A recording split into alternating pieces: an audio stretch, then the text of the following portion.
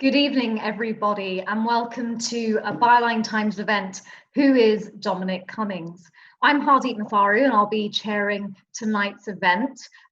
Now, he of novel eye tests may have only come to prominence to the general public in the past few weeks, but at Byline Times, we've been investigating the Prime Minister's chief advisor for some time. And tonight, with a highly knowledgeable panel, we're going to be looking at his background, his beliefs, his ambitions for changing British political culture, and of course, asking what effect the Dominic Cummings scandal has had on the British state.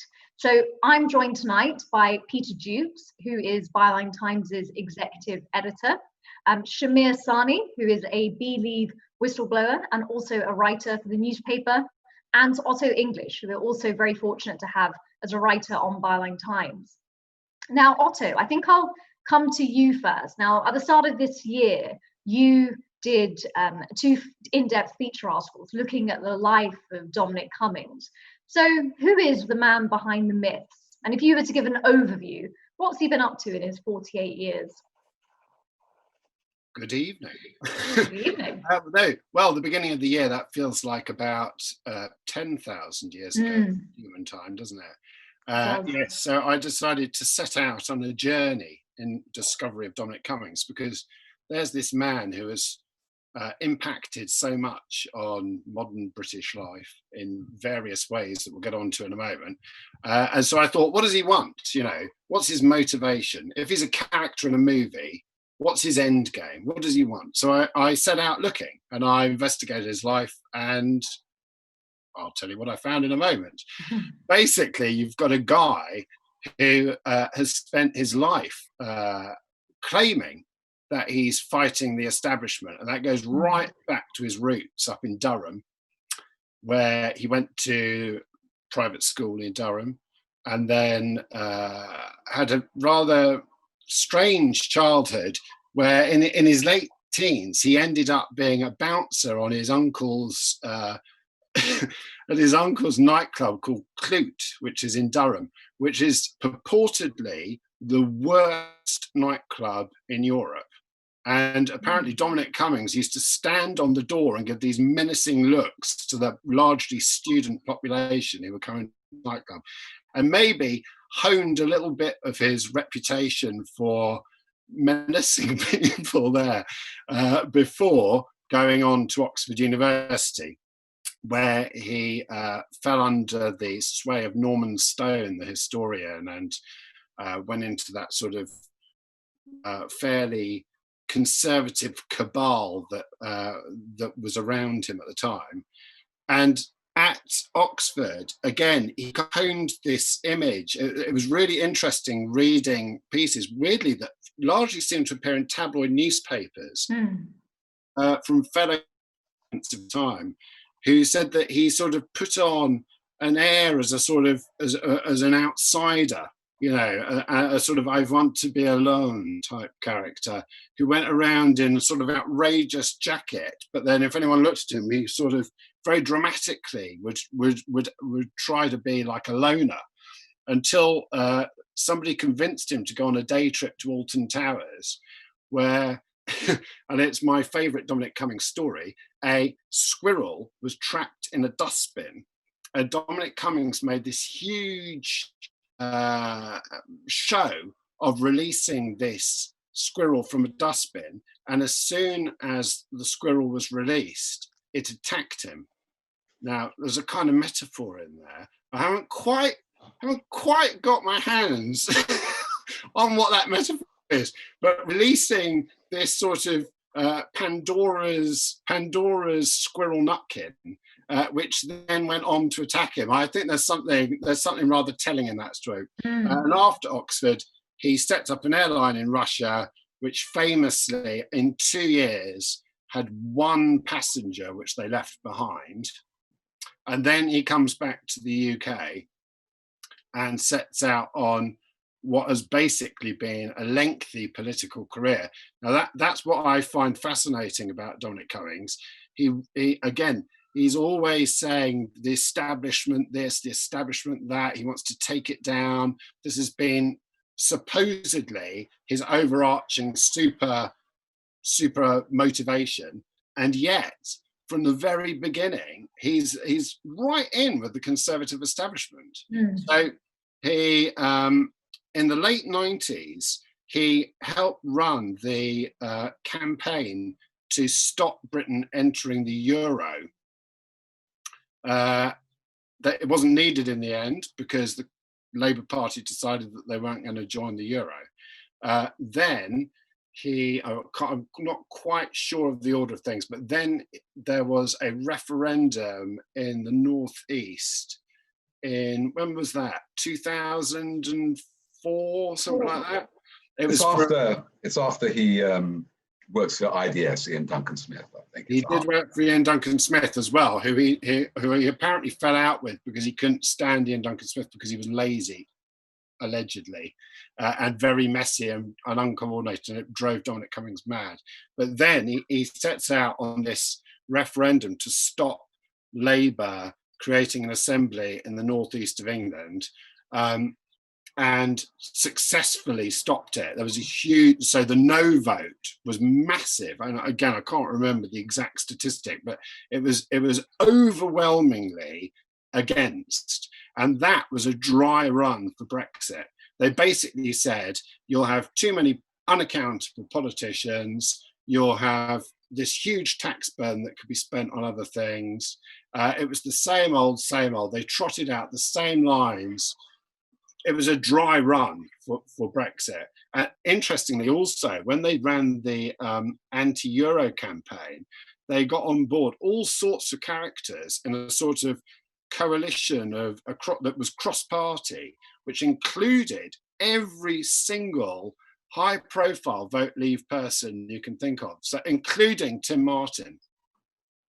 So that was back in 98, 99. They had Kate Hoey and all of those people garnered together. So that's 16 years or so before Brexit, which I think is really fascinating. So this was a long-running project. And then, of course, Cummings goes to work for Gove at the Department of Education when the Tories came to power in the coalition in 2010, and famously set up this Twitter account called Tory Education, which anybody who was on Twitter, political Twitter, in 2010, 2011 remembers, because it basically just trolled anybody who said anything against the Department of Education's policies. And Michael Gove's policies on education, that could be a whole other debate. At the end of his time working for Gove, he wrote this bizarre blog, which I've read, which came out with all these crazy ideas. He wanted to create a meritocratic technopolis. That was his buzz phrase. And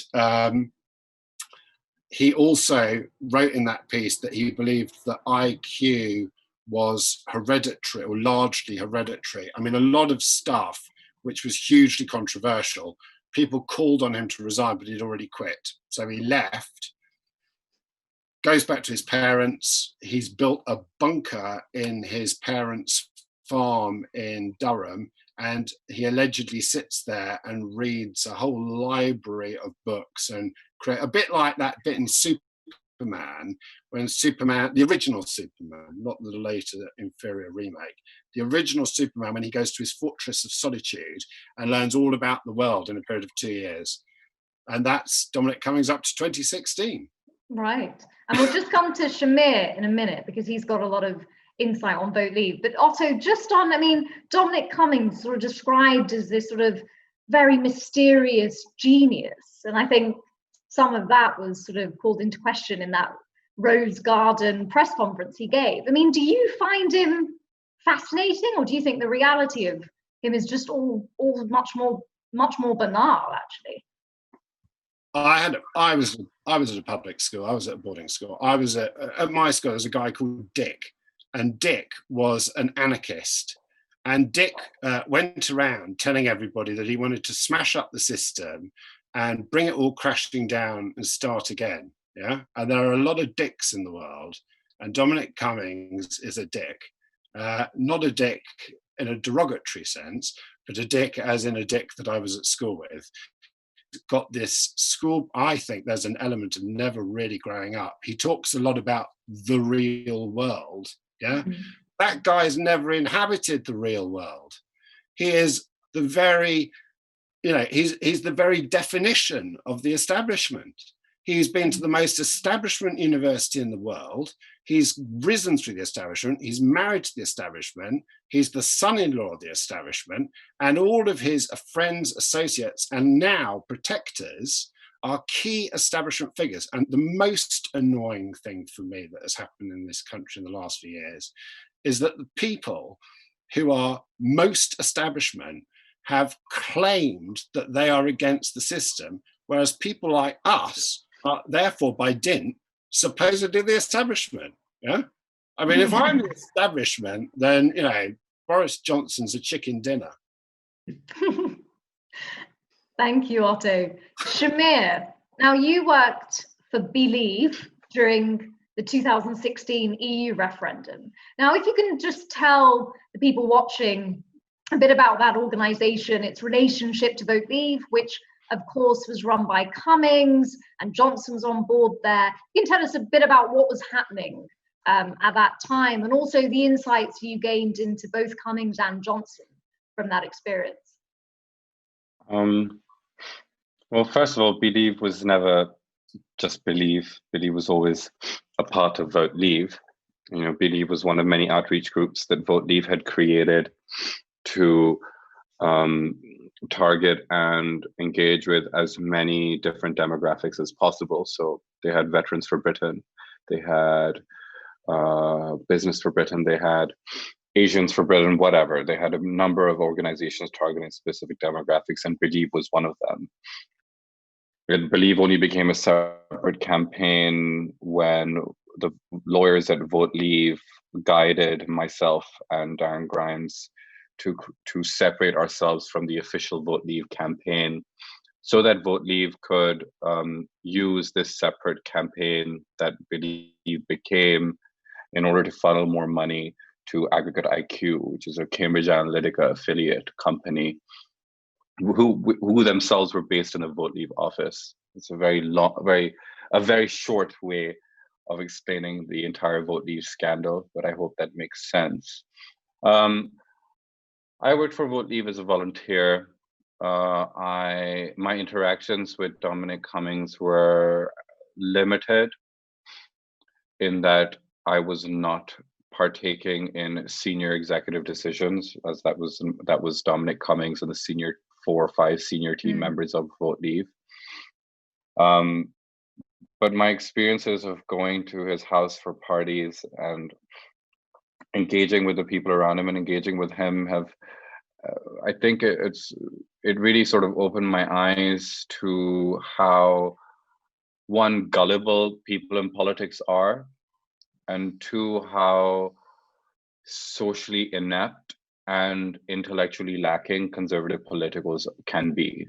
And I don't mean that as a way to insult them. I mean that in a way where actually the way that the conservative activist pool works is that it reels in, and political pool works is that it reels in people, or from what I've seen, reels in losers. And I don't mean this, again, I don't mean this in a bitchy way, or I mean this genuinely, where a lot of the people that I was interacting with at Vote Leave would constantly talk about Dominic Cummings as if he was some sort of hero, as if he was going to save them, as if he was going to save the Conservative Party from the clutches of cultural Marxism, political correctness, the European Union. And I always sort of went, okay, the guy is smart. Like, we've had a conversation about physics or whatnot, and he's not stupid. And I find that actually it's very easy for someone who is slightly more intelligent than the people around them to be idolized. And that really was, I don't know what a better way to describe it, except these are people who have not experienced being quote unquote cool in school, and so spend their political life in seeking individuals that they can live vicariously through. And I know this sounds like, I know people will be like, this is an opinion or whatnot, but I'm just speaking from my own personal lived experience from within this space. You know, I never, sure, I found it interesting, but I came from a place where I came from Karachi in Pakistan, where I was used to hanging out with politicians and people of influence. You know, I'm from a privileged background in Pakistan. And so I wasn't as awestruck by this intelligent, smart, rich man as the people around me, particularly the young conservatives. You know, the way that they would talk about Dominic Cummings wasn't just like, oh, he's great. It was, he's untouchable. Like, it was almost like if you said anything bad, people would outcast you. Every single person unquestionably would say Dominic Cummings is great.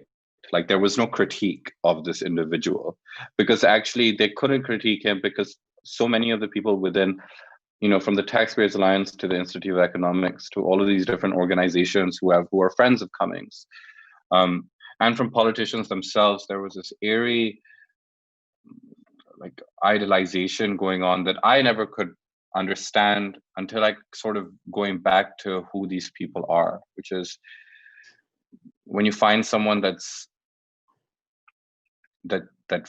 talks the talk and that can speaks up and is so sure of what they're saying outside of political sound bites, which conservative politicals are so used to doing, which is just quoting Ayn Rand or quoting, I don't know, an economic thinker from like 40 years ago and just repeating those lines.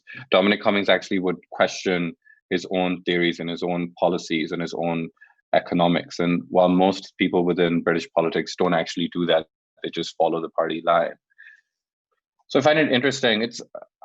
I don't think it's more than that. I don't think it's that he's I don't know what he was doing in Russia, number one. You know, I think there are important questions there that need to be asked, because an airline isn't like, how many of us want to go to Russia post-graduation from Oxford, right? Not all of. To be fair, sorry to butt in, but to be fair, that era, a lot of people saw Russia as a sort of the Wild West where you could make a fortune. So I think there were probably quite a lot of people coming out of Russia. I mean, you know, in defense of Dominic Cummings, there were probably quite a lot of people from Oxford and other places going out to Russia at that time. Yeah, well, that speaks of the institution of Oxford as a you know, propagator of white supremacy and elitism and colonialism and all the values that Russia holds. And you're right, it was a kind of colony there. It was seen as the Wild West. You can see Yeltsin's Russia as, you know, a kind of catastrophic experiment in rapid privatization.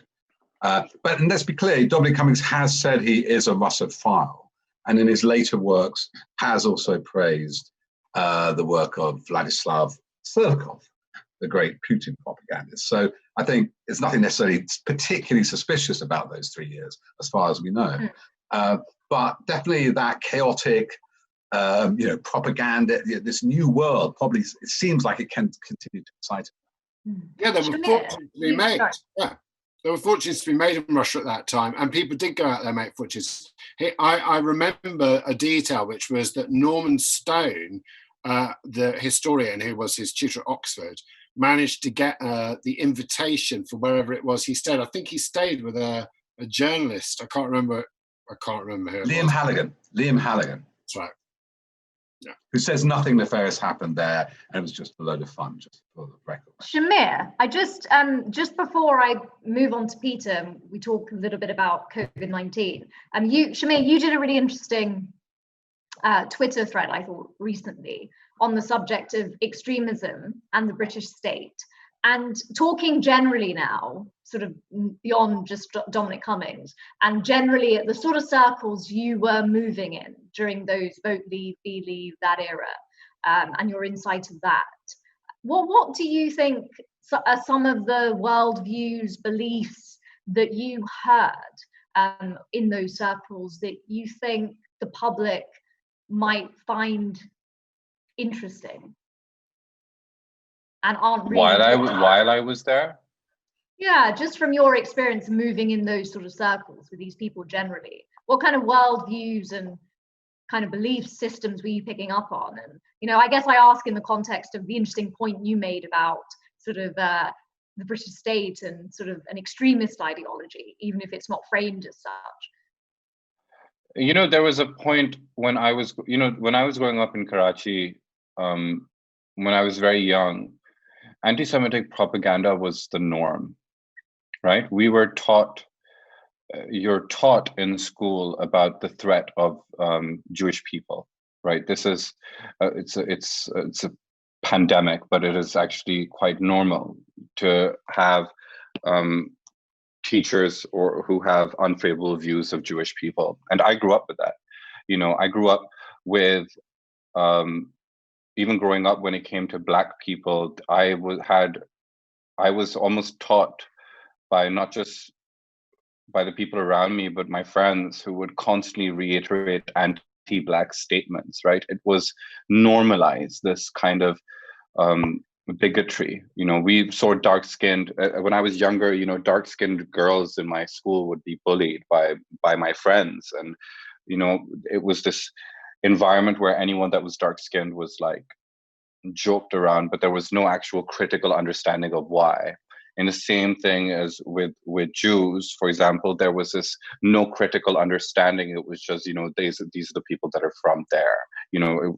So bigotry is not something that is so clear cut when it comes to like the bedrock of your society. And I'm going to try to explain this very quickly, in that when I came to the UK, and when I started experiencing racism for the first time in my life, outside of like being stopped at airports when I used to travel from Pakistan, when I was experiencing on a daily basis from my friends who would joke about my accent, or who would joke about my the things I would say, or joke about the way that I looked, or experience weird dynamics, difference in dynamics between white people and brown people within the UK. I sort of experienced it for the first time, and I kind of made this connection. Have been making this connection about how so much of what we think is so normalized. And being within Vote Leave, I myself found myself normalizing this rhetoric that they were starting with. They started with, we're looking at the Commonwealth, not at the European Union, you know?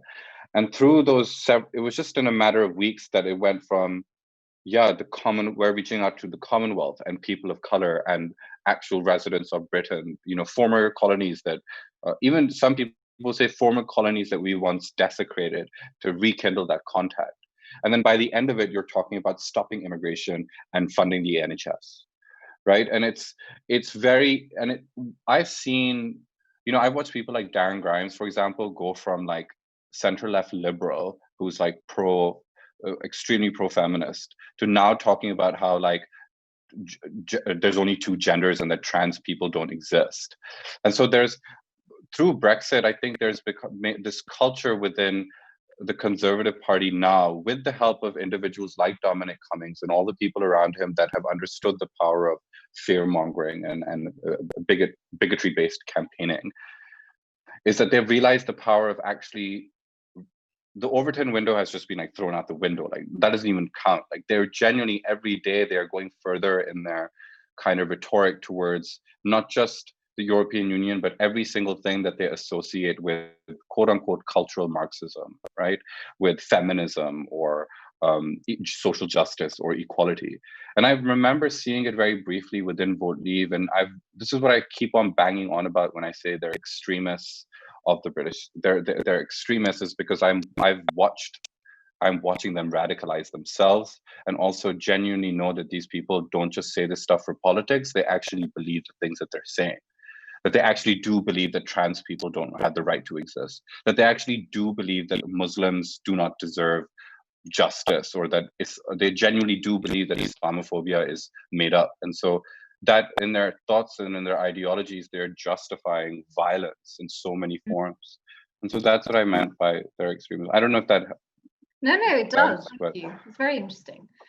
Peter, I'm going to come to you now. When we talk about, so in that Rose Garden press conference that Dominic Cummings gave last week, he talked about the fact that he had been warning about the danger of coronaviruses for some years, and that he wanted people to take them more seriously, which was quite quickly debunked when people spotted that the one reference to, I think, SARS in a blog he wrote last year had actually been amended just a month ago to add that in.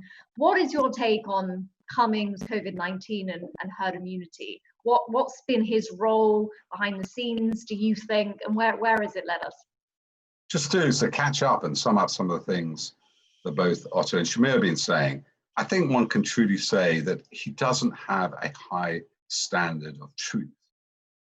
And that, for somebody who claims to believe in the sciences, is quite key to me. A journalist is quite key. I mean, you look at the ads, 350 million on the NHS. It was a wrong figure. They haven't spent it. Look at the Turkids coming to join us. I'm quite shocked. There's a very, very good BBC documentary by Emily Maitlis, enough, who's been in the news recently, which does do a fantastic job going back to the archives. And I had not realized, according to Peter Oborn, he has expressed quite strong Islamophobia. And more recently, it was revealed that he was the editor of, or the website control of Spectator, or his editor, when they briefly published this inflammatory cartoon of the Prophet as a bomb. So I think there is the problem with that Rose Garden press conference is we're nowhere near the truth. Now, the least you could say is that he and his wife misled us in those Spectator blogs about coming out of lockdown into London. And this was after, definitely the Guardian and probably the Mirror had gone to them for comment. And so I have a problem with that Rose Garden event is, as you say immediately about the, I cited coronavirus in my blog, I've been discussing it, that he'd inserted it while coming out of lockdown. One of the first things he does, having been ill with COVID-19, which we suspect both of us have had and other people have had, is go and retrofit his super forecasting blog. Change history. And I think there's something very profound there. Maybe this is what Shamir's saying. Why? He really cares about his reputation. He really, really cares that people think he's smart.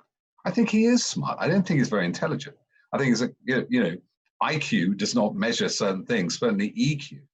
And I think, I am pretty sure, I can't prove it for certain, but when Otto was around and wrote the first piece for Byline Times, I pushed him to do it a little bit because I said, have you seen this? The night of October the 11th, March the 11th, suddenly Robert Peston, or maybe it's the morning of the 12th, writes a blog about government source talks about herd immunity. And I meant, hold on, this really sounds like a Cummings blog. It sounds like one of those scientific phrases, herd immunity, hereditary intelligence. Oh, yeah, you know what you're talking about. And I immediately spotted that basically from those anti-vaxxer conspiracy theorists, because I knew about it before, from those guys, herd immunity has nothing to do with herd getting immunity. It's about protecting individuals in a case of an infection through inoculation.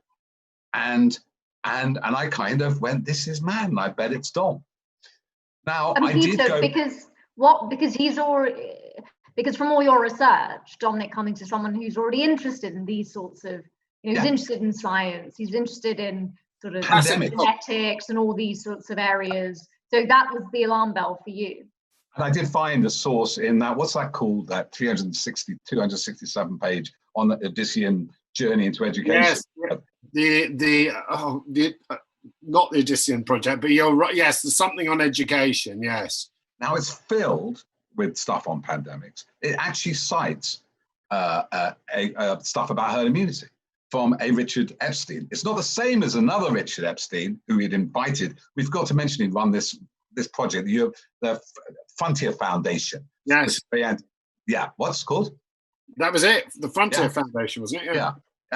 And we invited another Richard Epstein to come to London, speak about how bad the EU was, and this Richard Epstein, who he followed, had said, coronavirus is a myth. In America, only 500 people will die. Now, this very same academic who was called out by the New Yorker, I think, or New York Magazine, went and retrofitted his blog to make it 5,000. And you have this series. I put Matt Ridley as one who's quite, did a terrible job in Northern Rock, I think, but, likes to dabble in silence and reads all this stuff, writes quite interesting books of speculative genetics about Red Queen and stuff. And they all think they're scientific experts. And this just had that smack of Cummings. I would just conclude on this. When we then, obviously, the Sunday Times reports, and I find hidden writing about herd immunity, that he is sitting in SAGE meetings. And actually, the Sunday Times reports, and he was telling, this is a paraphrase, which Tim Shipman says he was telling Conservative MPs, go for herd immunity. So what? A few old people will die, but then the economy will recover. Now, Cummings denies saying that. I don't know which bit he denies, probably older people dying, but he sat on SAGE and he has not denied he was behind the sudden change against lockdown on the 17th, I think that was. So he was a key figure in the government's response and was sitting on SAGE and COBRA, because we knew he was sitting on COBRA for various reasons, that he was driving, he was the intellectual force behind those early days, which seem very problematic now, of a low, slow lockdown and the spurious idea of herd immunity without a vaccine. Mm-hmm. And do you think, you wrote about this on Byline Times a few days ago. The question on everyone's lips really is, why on earth has Boris Johnson not sacked him or demanded his resignation? Why is this man still there, compromising, all the trust, if there was any, and the public had in this government? What do you think? When we ask the question, what does Cummings have over Johnson? What springs to mind? Well, I won't repeat my piece, and other people have better answers. But I'll give my one simple answer now, I think, which is the kindest in a way and the least defamatory, which is Boris Johnson has no brain, and Dominic Cummings is his brain.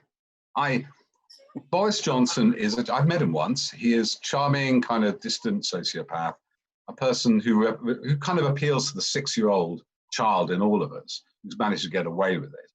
He's lazy. I think people agree that. He spent most of the time off, it seems, in February and January, when the coronavirus was looming on this country. I don't know what he believes in, Boris Johnson. He was a liberal who was pro-Turkey and then Man Vote Leave, which was sort of Islamophobic. He doesn't seem to have any agenda except to elevate himself to the position he seems to hate now of being king of the world. I think Dominic Cummings is the only glue, intellectually and probably financially. I don't mean in hedge funds or anything. I just mean he knows where he wants to spend that money. He's got this big ARPA project, 800 million on his sort of Apollo-like sort of dream of tech utopia using data science. He has some drive. And what Cummings is brilliant is, I said he's deceptive, he's good at dark ad campaigns, and has won 2 elections. The Brexit one just, quite a big swing towards Johnson last election. They're all beholden to him. But it's very different winning an election based on false promises and governing a country and delivering on those promises. Mm-hmm. I remember when I was that week of the Cummings scandal unfolding, and there were a few pivotal moments. One of them, that extraordinary moment where he said he drove 60 miles to Barnard Castle to test his eyesight. I don't think any of us who heard that will forget that. But I thought the other pivotal moment actually was the press conferences before and after Dominic Cummings's in the Rose Garden, and led by Boris Johnson, who was talking to the British public and defending this man. And it was inexplicable, standing by his man. And I think for me in that moment, I remember thinking, it's like, when the Titanic hit the iceberg, after that, it was always going to go down, and regardless of any conversations or debates to be had around, what's going to happen to Cummings, will he resign, is he going to be sacked, will he still be there, will he leave in 6 months after Brexit, whatever. I think something much bigger's happened. Actually, for me, the moment was something completely snapped. And I don't think we can go back now, even if we wanted to. But in terms of the three of you, what effect do you think this whole sort of scandal has had on the government? Where do we go from here? UK's got one of the highest COVID-19 death rates in the world. It's already looking very bad. It looks like we're in a perilous state, really. Yeah. We're fucked. No.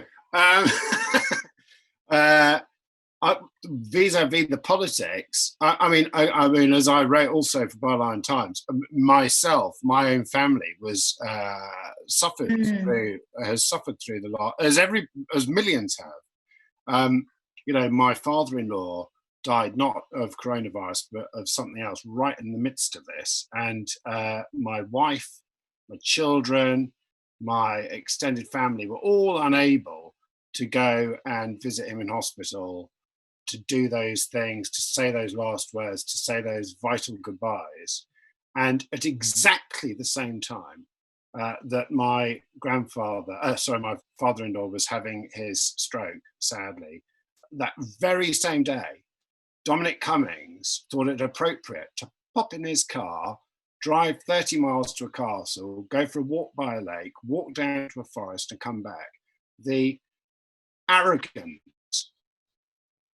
and the flagrant disregard of his own policies, his own warning, and his government's own strategy is so deeply insulting that you know, people should be on the street basically, but they've got away with it. They've dodged it, and the reason they've dodged it because they've got that majority. They don't care. That's how British democracy works, isn't it? They've got their elected dictatorship. They're in charge. Dominic Cummings, as Peter says, is the brain. Boris Johnson is a lazy toad. He wants to take his weekends. He took every single, even as coronavirus was appearing over the horizon and heading towards us, and tsunami of death. Boris Johnson was taking his weekends off, finalising his divorce, tickling his puppy Dylan, and preparing for the birth of his baby. And he is not fit to be the Prime Minister of this country, or any country, to be honest. And but that tragedy should so dovetail with my family tragedy, with those events, made me furious, actually, and in a way that, I mean, you know, people sometimes say, oh, you're really angry on Twitter. I'm actually a fairly chilled and relaxed person in reality, but that made me cross. And the fact they've stuck by him is disgusting. And I believe in karma, and I think the chickens will come home to roost. I hope. Otherwise, what hope is there, really? What hope is there for democracy or any of us? I hope it all goes wrong for them. And I hope we get something better. Shamir, Peter, what do you think? Peter, go ahead. I was going to defer to you, Shamir. I mean, can I ask Shamir, because, you know, you saw them work, you saw them win that first referendum. How does this play out? Okay, I'll just answer me, and just to feed into you, I had that feeling, you know, when they won the December election. I mean, I wasn't a huge Corbyn supporter. I didn't expect to win it. And I did say, well, it's all yours now, Boris. You know, this whole Brexit process, nobody's stopping you. You can't provoke Parliament. It's your Parliament. Go ahead. And I felt like we'd retired to the foothills. It feels like a scene of Game of Thrones or something. We'd retired to the foothills. Oh, we're defeated. Like every band of kind of pro-law and order, pro-European rule of law, norms and laws, right, we're thrown to the mountains. And they're crying down the hill in the fields, we've won. We're going to have our Big Ben bong, you know, go Brexit cultural Marxists. And then suddenly over the horizon, this grey mist appears, this sweeps down, and it's a pandemic. A science, you can't shout at a pandemic, you can't lie about a virus, or you can try to fix the figures. And in a way, they get swamped. And my only thought is, but this is my hopeful thought, Shamir, and see if you, from your multiple experiences, not just here, but in Pakistan, doesn't a pandemic defeat confidence? It's science, it's fact. It's not, doesn't discriminate, though, if you're poor, it does seem to hit you harder. Don't you think that this, in a way, has defeated? No. Oh, the long answer. Sorry. I'm sorry, I don't. Answer. So what do you think plays out? I think that, yes, the pandemic has put them in a little bit of a rut, but the power that these people have is in their inherent belief in the stupidity of the British public, right? I think that it's what was so powerful when they were with Vote Leave was that actually, you know what, this is all they care about. This is what we're going to focus on. there's no nuance to it. Just hammer it down. And it was effective and it worked. And they've gone with that same model again. And I think there is so much inherent trust in this country for the white Etonian man to come and save it. That actually during a pandemic, the thing they need most is a white Etonian man to come and save them. And I think, again, you see it in America. It's like every day the liberals and the progressives are like, Trump is bad, Trump is evil. Nothing changes until like Black people come and go, you're killing us. Until they literally they go, this is enough. You see it unfolding in the United States of America.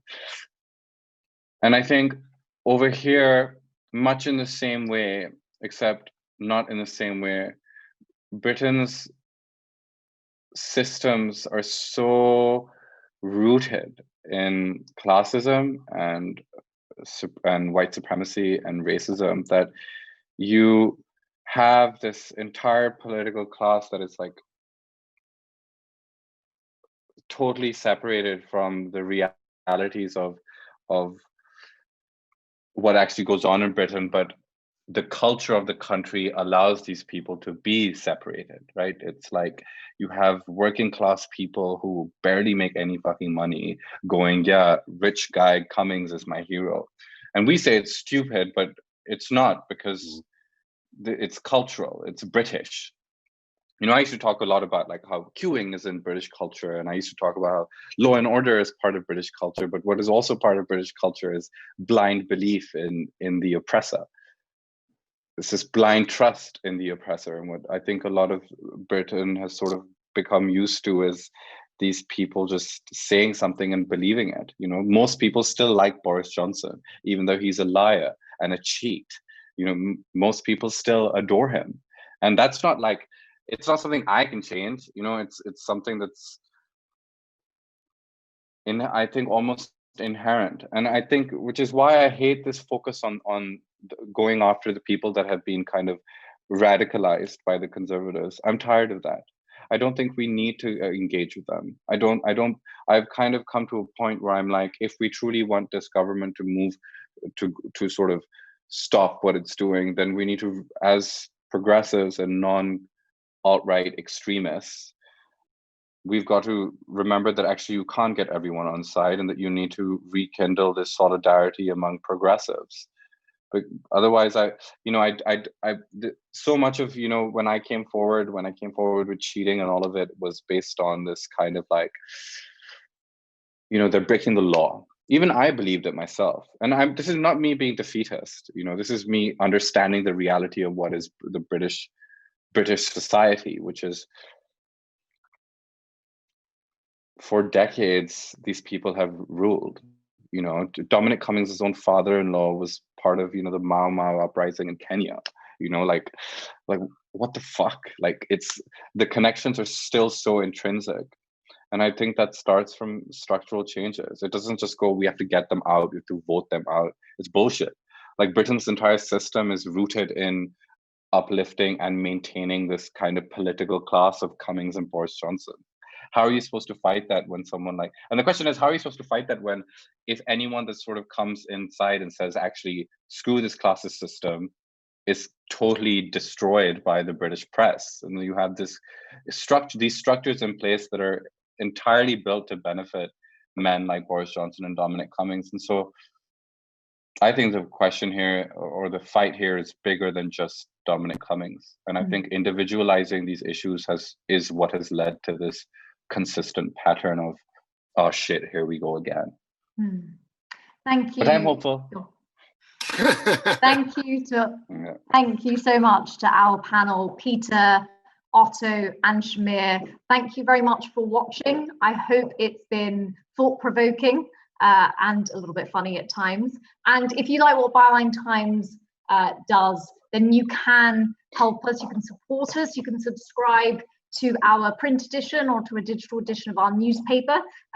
Just head on to our website, subscribe.bylinetimes.com.